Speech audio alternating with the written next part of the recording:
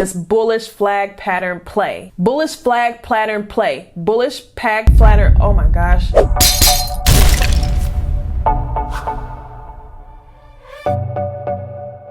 Hey, what's up YouTube? This is Foxtail Digital coming to you again with Black Girl Stocks, and this is another segment of our top 3 option plays this week, where we're just going to go over a few different trades, stock fundamentals, and different strategies that you can do to make it through. Okay, but first, if this is your first time watching this video, please make sure that you click that thumbs up button. It really helps the channel. Also, subscribe and click that notification bell so that you get notified anytime I upload a new video for you guys. Okay, so a quick recap of last week's plays. We were pretty bearish on MU, so this is Micron, during their earnings play. Even with the earnings beat, the stock dropped from 74.05 down to 67.99. But then it kind of started to rebound back up to 70, which is right around where our condor spread limits were. So I say that's pretty decent. Next was CCL, so this is Carnival, and we were bullish on it with all of the pandemic restriction lifts. It jumped from 25.44 all the way up to 27.39. This was back on the 27th. It kind of started to rebound back downwards. It's been pretty bullish back up to 26.09 on Friday, so we'll just kind of see how that stock in that industry overall does. All right, and then last up was BABA, that's Alibaba, and we were looking at it at 145. Now, remember, we did talk about it hitting that high of 155 last week on our midweek recap on Wednesday, but it did end up continuing on that pattern downtrend all the way down to 143.34 on Friday. All right, so the first stock that I'm looking at is BTU. All right, this is Peabody Energy. So right now it's trading at $15.65. And we were looking at Peabody Energy in September around $17, if you guys remember that. And then it continued upwards to that 1983. And that's its 52-week high, right before taking a plunge down to 12. Now, the coal sector is still in the spotlight. Right now, it's up 19.45% in the last 5 days alone, and up 12% over the past month. Well, you can pretty much break it down into supply and demand. So coal is used to generate electricity. Peabody shares have increased 5 times in value just in 2021 alone. While the economy is really trying to recover from the pandemic, there's a higher demand for gas and coal. So much so that they're having trouble supplying the high demand. One fund manager of Smart Sun Capital says that the energy crisis can exist for the next several years, and energy stocks are very well poised to generate big returns. So companies that produce gas, oil, and coal are set to continue benefiting from the winter coming up soon and the rising demand. So just going back to the stock chart on this, you'll see that we actually just broke above the 50-day moving average. So that's a pretty good indication of, a continuation upwards. And then also we just had a crossover with our 2 EMA lines, one short, one long. So one is 10, one is 20. That's a great indicator of bullish movement. Now going to the options. All right, so you can see how high the implied volatility is, 106.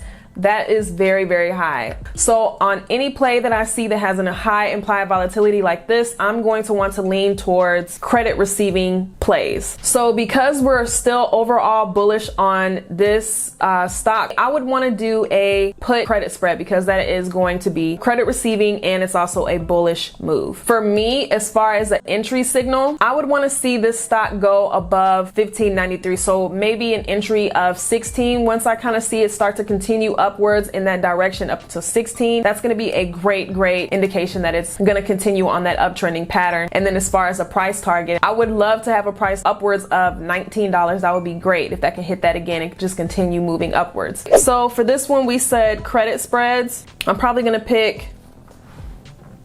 go ahead and pick the closest expiration, and this is going to be a put credit spread. So I'm going to, if I was going to get into this play, I would sell the $15 put and buy the 14. Okay, so this is going to give us our put credit spread, and we have a total credit of $40. Now, just remember with this, when you're doing a limit, essentially your credit is going to be the limit price that you set it for. So if you set it for 0.40, then that's what the credit is going to be that you receive if you put it at 0.50, then you'll get 50. It might not get filled that high. So the closer you get to the bid, the more likely you have it to be filled, just depending on the volatility too. So that's just kind of something that you can do with that. So on this one, we would have a max profit of $40, a max loss of 60 if it went against us. So that's that on that. Okay, next up is CAG. This is, I think it's pronounced Conagra, and this brand is based in Chicago, so Chi-Town.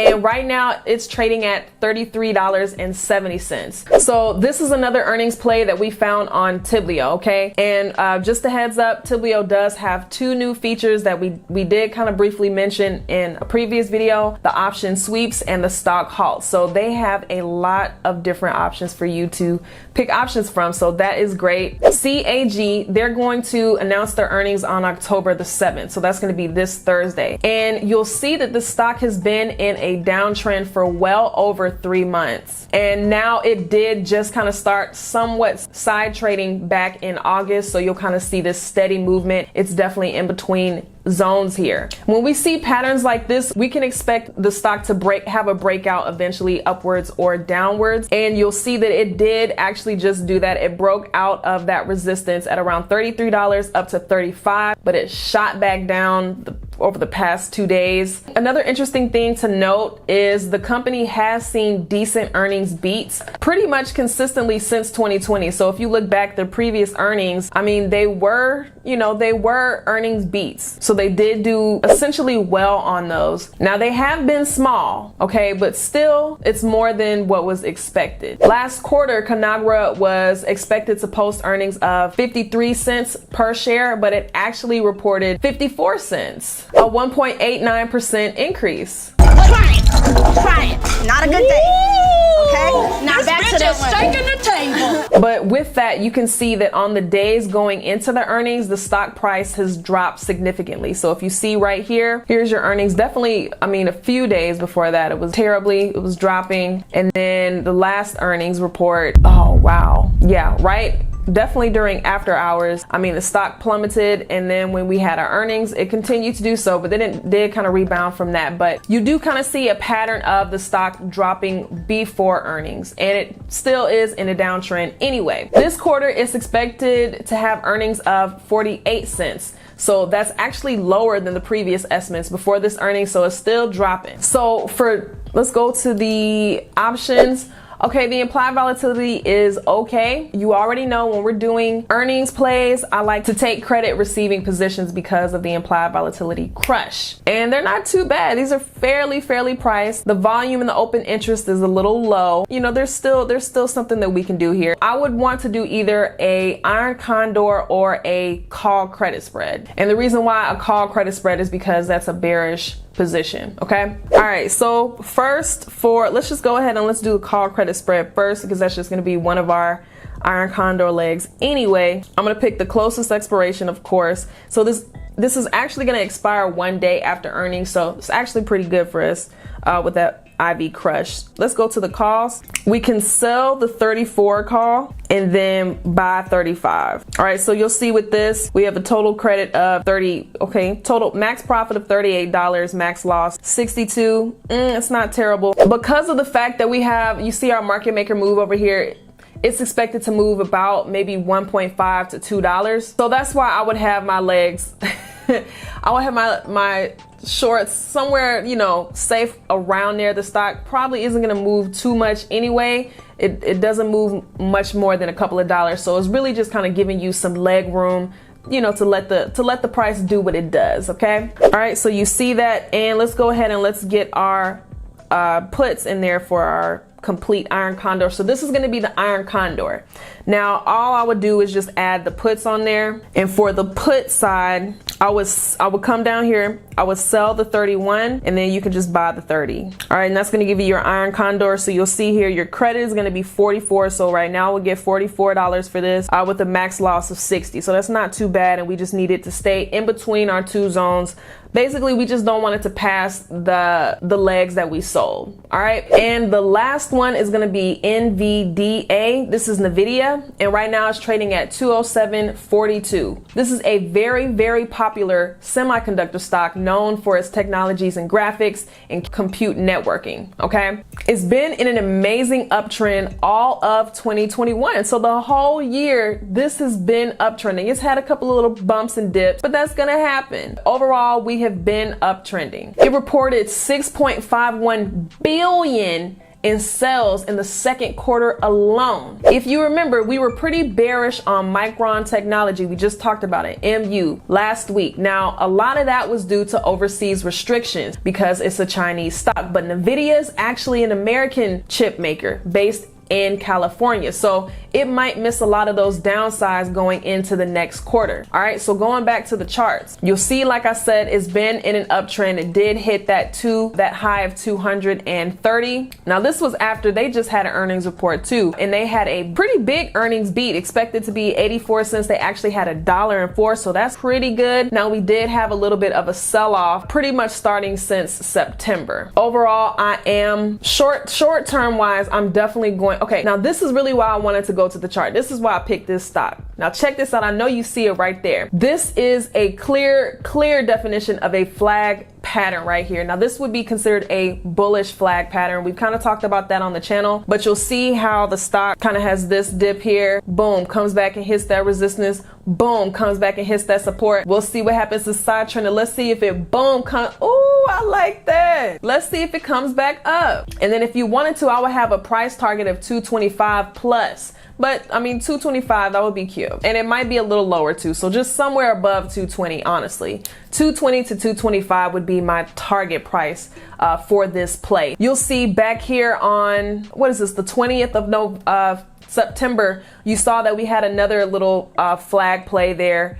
And so it does kind of go with that pattern. Boom, boom. And it continued up to 225 after it surpassed that resistance at 210. So this was on the 30-minute chart, but you know, the MACD is kind of looking like it has this little pattern. It did kind of drop a little bit, but we do see some green here and we could have a possible crossover. I would definitely want to wait for that. Going into next week, as far as price movement, I would want to see that stock continue to maybe 209, past 208, but definitely to 209. Let's go to the options actually.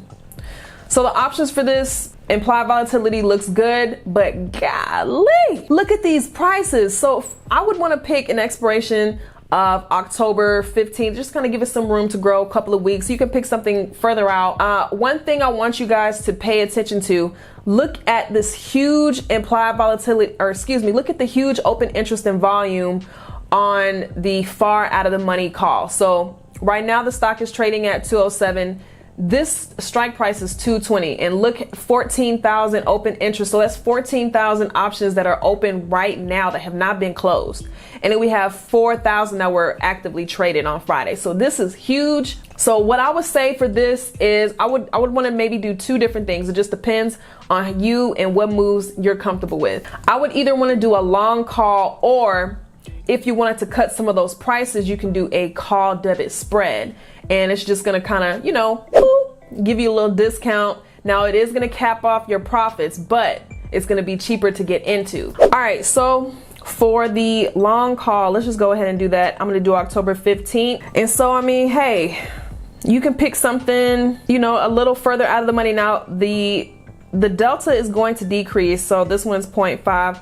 The further up you go, your delta is going to decrease, but you can get something cute, maybe around 266 by that 266 strike, or excuse me, the 215 strike price. You know, that'll kind of be cute for you. It has a really, really close bid and ask. So that clearly shows you how volatile and fluid that this is. It's going to be easy to get in and out of, delicious. But yeah, so that would be cute. If you have a couple of little coins to spend, then you could do something like that. But if you wanted to do a call debit spread and really cut the prices, what you could do is I would keep the same expiration date, buy. So we're going to make sure you're in the buy this 202.5, and then go ahead and sell the 205. And so this is going to be our call debit spread. And on this one, we're just going to be spending 162 versus the 200 and the 5 and 6 and all that. We don't have time for all that. So, I mean, you could just kind of see what that is looking like. So your maximum profit is going to be 87, and then the most that you can lose, of course, is going to be that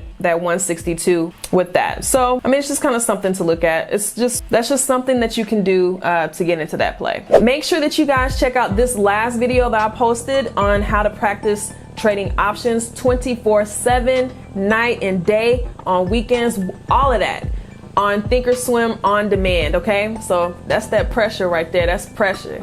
That's pressure. Yeah.